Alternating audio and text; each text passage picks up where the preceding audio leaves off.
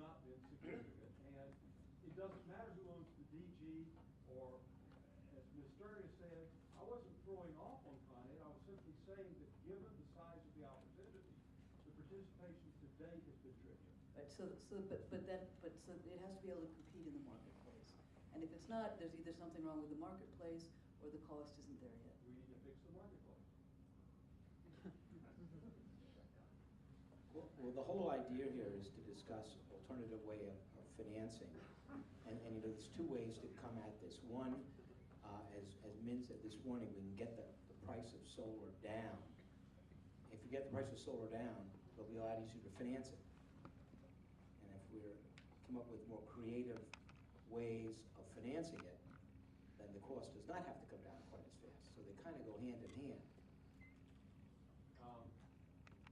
I have a question for you guys. Is, you know, as you look into the crystal ball, specifically towards residential solar, if we're pushing for, you know, consumer awareness and homeowners, you know, looking towards getting solar, where do you think, or what financial instruments do you think will be popular in 5 to 10 years, you know, versus what we're talking about now for the homeowner? I can maybe there's a question within this question. I may want to raise this, hear your thoughts on it.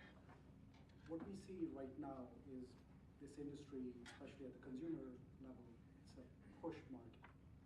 We are trying to push it's basically a supply driven. We are creating these products and we're pushing it to the consumer and hoping that the consumer likes it and accepts it.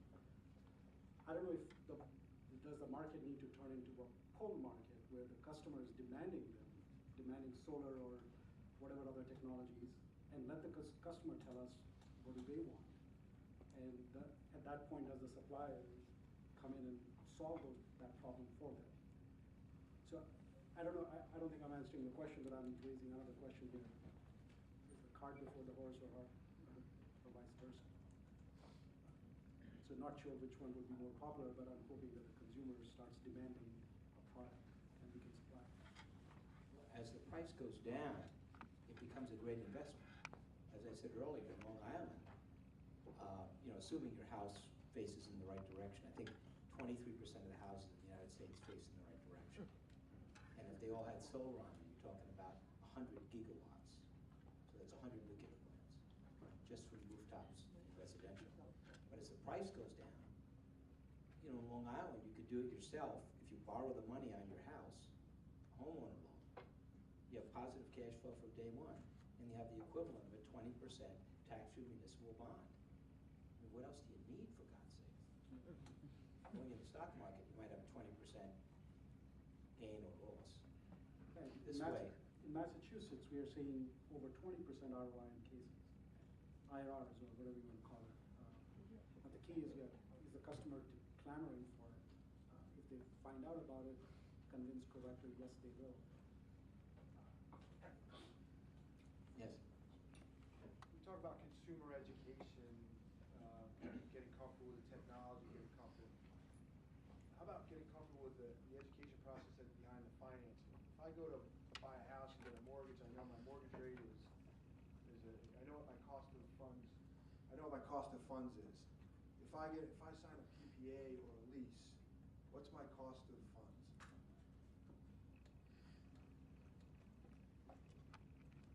Sorry, I'm not following exactly, as the customer? Yeah, I'm a customer, and As a I go to the bank. customer. I'm a residential customer. If I want to put solar on my house and I want to go to get a home equity loan, I know what my cost of funds is.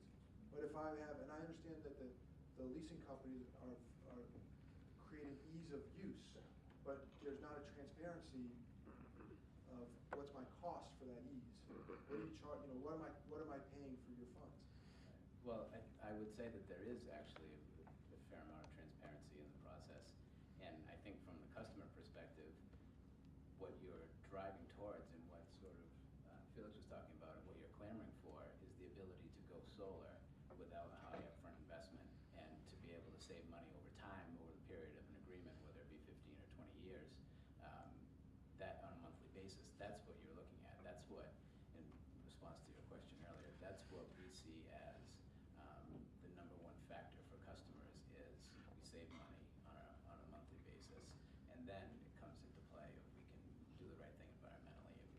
solar. But ultimately, it's that with little investment up front, which we, even if the residential customer has it, they're unlikely to want to spend it on solar. There's many other things that they could certainly use it towards. So by going with a low upfront investment and saving on a monthly basis, that's the driver. This may be a silly question, but what's the problem with a good old-fashioned home equity line of credit? Is it that it's just too much of a hassle? Is it that too many people don't qualify? Should we be looking at that and seeing if there are ways of overcoming some of the barriers to that, or like example, reducing the hassle factor if that's the main problem? Sure. Felix probably has some thoughts on this, but from my perspective, that may be the case. For some customers, it may make more sense to get a home equity line, but as you mentioned, there's a lot of complications for many customers. Yeah, because from the Nice Rate program, we're not, I'm not intimately involved, but I hear that the PPAs are just escalating like crazy in terms of the number of PV systems that are financed versus PPA. So there's got to be something that's much more attractive to that over a line of credit.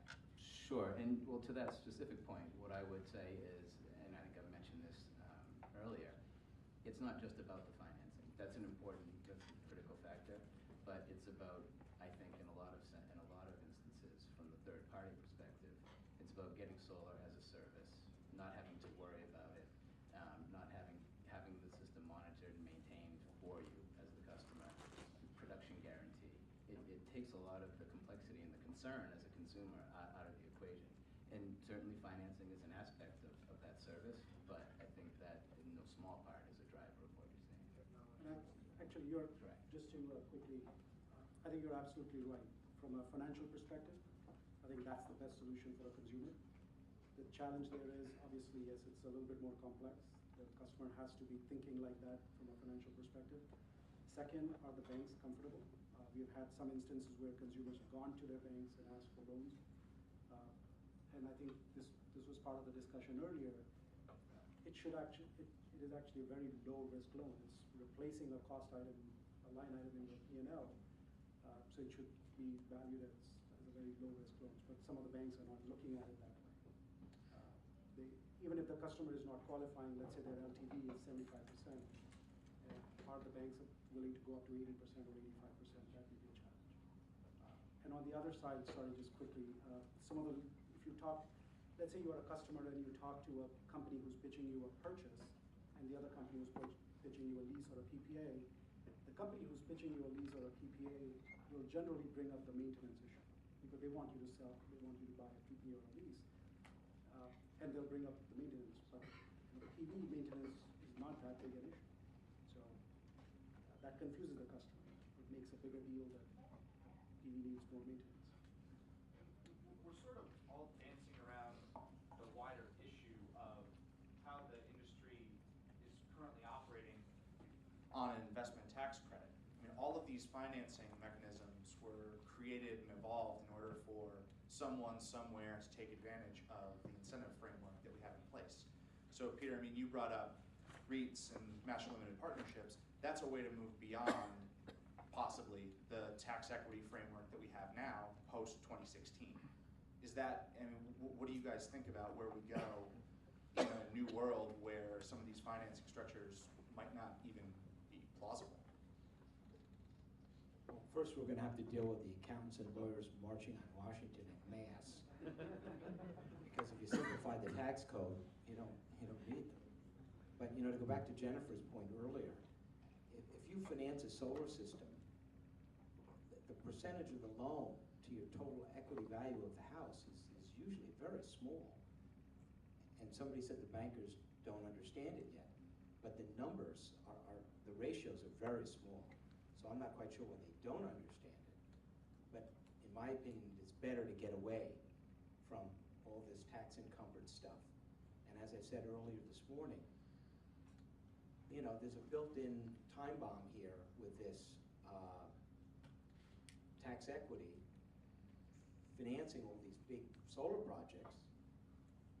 The financier is getting out and the system's failing.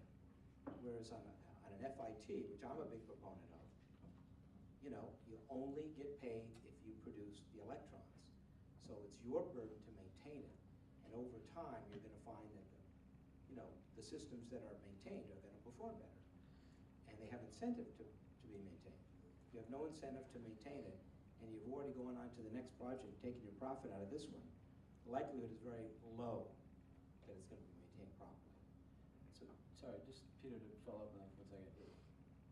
You're suggesting that the financiers of the projects, once the tax equity is resolved and they then exit, there's no one left to service the system or replace it if it goes wrong? Well, it may be a different party, but, with an FIT, you do have the same, continuance. Sure, I take the point on